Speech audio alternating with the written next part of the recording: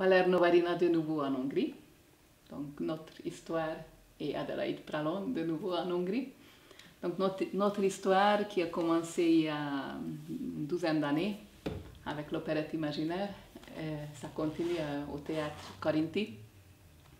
Et si tu pouvais un peu parler de ton rapport avec ce pays, avec la Hongrie, comment tu as commencé à travailler ici avec nous, pourquoi et pourquoi tu as pensé que tu reviens.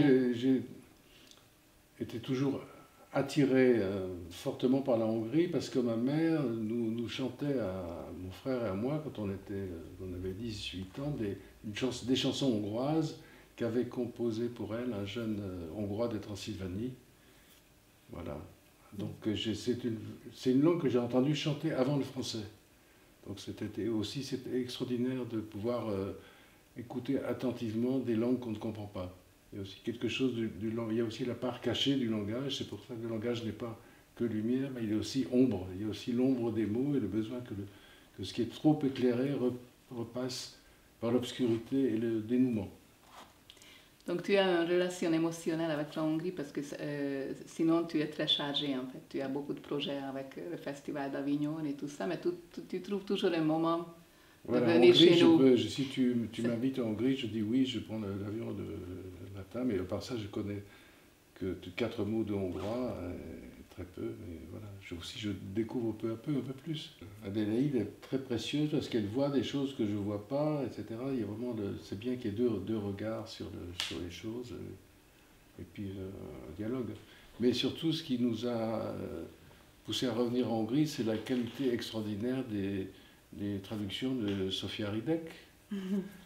Un jour, à Debrecen, il y a une dame qui s'est approchée de moi à la fin et qui m'a dit « Merci pour l'opérette imaginaire, vous m'avez fait redécouvrir les beautés du hongrois. » Je trouvais que c'est extraordinaire que tu remets le hongrois en mouvement avec ce qu'il doit au hongrois de Transylvanie, il y a différentes palettes. Voilà, c'est extraordinaire que le pluriel des langues apparaisse et qu'il n'y ait pas une langue unique, autoritaire. Et surtout penser que la langue n'est pas comme l'argent. On ne s'échange pas des billets de banque quand c'est le 200, c'est comme ça. Les mots sont des oiseaux vivants, enfin des entités vivantes qui se souviennent et qui souvent pensent pour nous. Il faut savoir aussi arriver à ce que ce soit les choses qui pensent et pas nous. Par exemple, que l'espace de lui-même a décidé de la façon dont Tibi circule ici. Et donc c'est une sorte de matérialisme profond comme ça, je sais pas, avec quelque chose qui doit nous guider. On doit, dans le fond, devenir assez passif, et penser plus du tout à la communication, mais aussi à l'incommunication et des choses mystérieuses qu'on a à entendre encore du langage. Justement, alors ce texte, pour Louis de Funès, comment ce texte est né en fait Si tu veux, quand j'étais enfant, mon père m'a amené un jour à Paris. On est allé voir une pièce de Funès, j'avais 10 ou 10 ans, etc.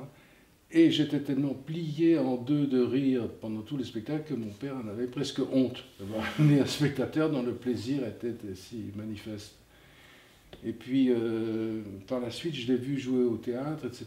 Et j'ai trouvé son jeu tout à fait surprenant, parce qu'au théâtre, c'était pas la crise paroxystique tout le temps, il y avait une sorte d'économie du langage, de choses en retrait, un peu comme Michel Serrault, par exemple, aussi.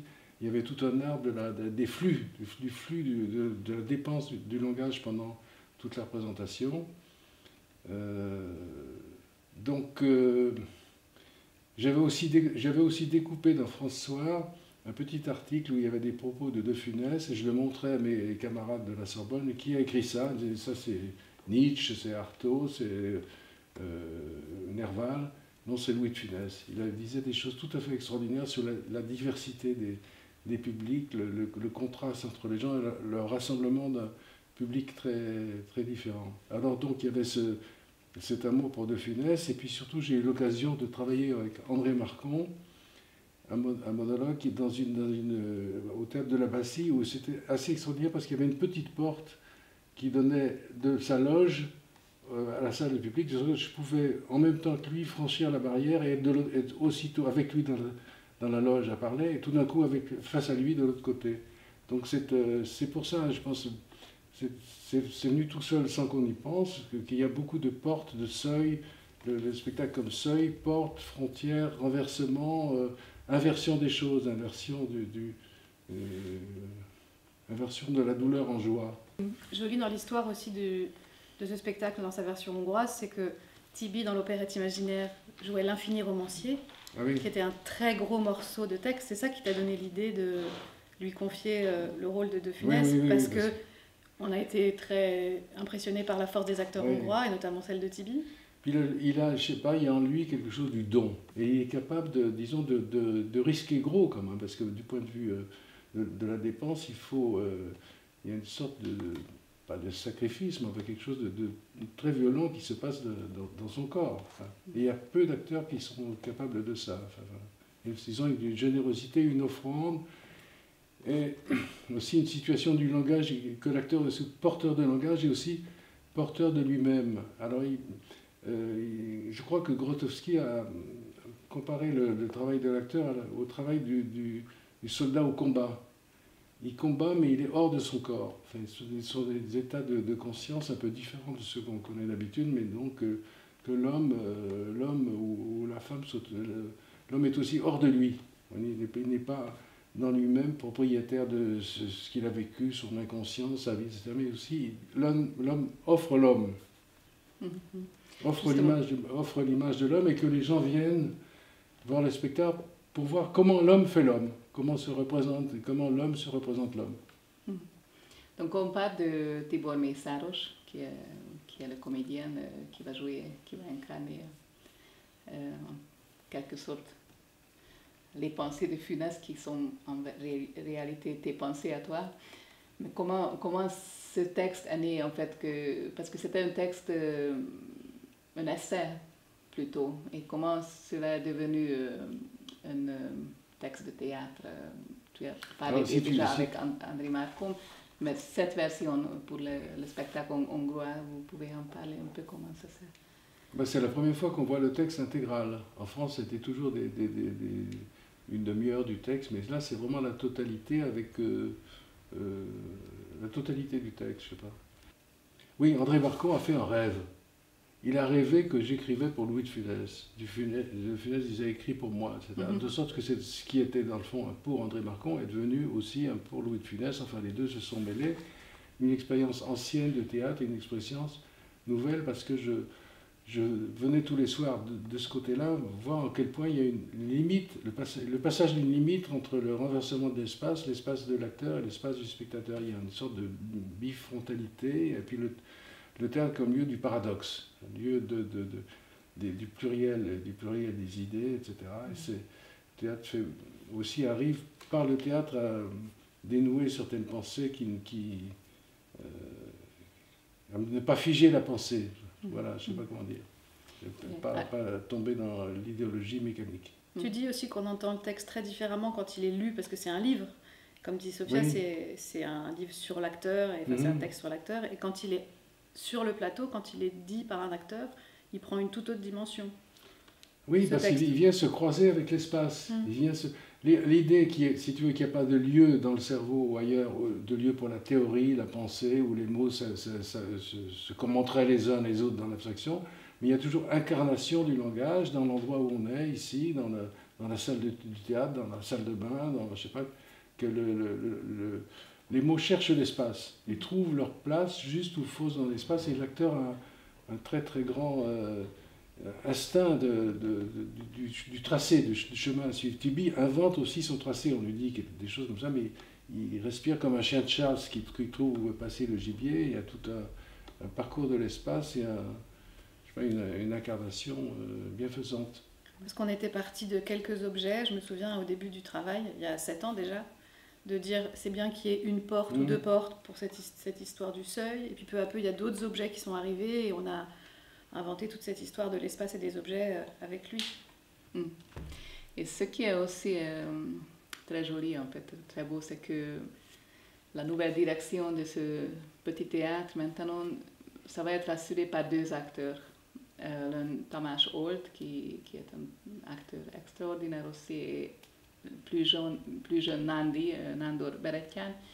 Et Nandi, il a vu notre opérette imaginaire à Debrecen, il était très influencé. C'est pour ça la proposition est venue de lui, en fait. Et il a même écrit une pièce dédiée pour toi, Le Souffleur, qui est présentée au Théâtre National. Donc, c'est vraiment comment dire, une aventure un rebondissement. Oui, un rebondissement de l'aventure. Donc je trouve ça très beau en fait que les jeunes acteurs ont ce rapport avec les textes. Parce que aussi après le jeu des ombres au mi-thème, il y avait plusieurs jeunes acteurs et metteurs en scène qui ont demandé le texte, le scénario. Donc tu arrives à raisonner avec les jeunes. Je pense que ce que disait Valère sur le langage, c'est vrai. C'est-à-dire que Valère, il ouvre le langage. Et comme tes traductions aussi arrivent à faire résonner la langue de plein de façons différentes, c'est un langage qui n'est pas plat et on n'a pas une parole, on ne prononce pas une parole pour dire quelque chose à quelqu'un en disant passe-moi le sel. Ou, tout à coup, on ouvre les neurones. Je pense qu'il y a cette fonction-là dans le théâtre de Valère. On ouvre des espaces mentaux tout à coup. Vous pensez que le langage ne se passe pas sur une surface, mais dans un volume, dans un déploiement du langage dans tous les sens et dans la matérialité. C'est pas plat, c'est pas un mot. Il n'y a aucune langue où un mot est égal à un mot dans une autre langue. Les mots ont toujours leur décalage, leur façon de penser, leur origine, parfois secrète. Et aussi, je me représente quand même le langage comme un fluide et la linguistique comme une partie de la physique des fluides. Et aussi que le public n'est pas un troupeau qui va recevoir une parole unique. Voilà. Le public reçoit le texte, non pas comme une volée de flèches, comme ça, tirée sur tout le monde, mais il atteint un public individuellement. C'est pour ça qu'il y a quelque temps, j'avais inventé, dans le fond, que s'il devait y avoir un saint patron du spectateur, ce serait Saint Sébastien, qui reçoit certaines flèches et pas d'autres. Et c'est extraordinaire parce que les gens, l'un pleure, l'autre rit, l'un est excédé, l'autre au contraire. Il y a cette variété humaine et pas ce troupeau que tu amènes d'un point A de propagande à un point B de propagande. Et puis c'est aussi un texte vraiment pour l'acteur. C'est vraiment voir l'acteur déployer tout ce qu'un acteur peut donner. Donc, toute sa palette. Tibi explore de manière extraordinaire tout ça. D'accord, merci.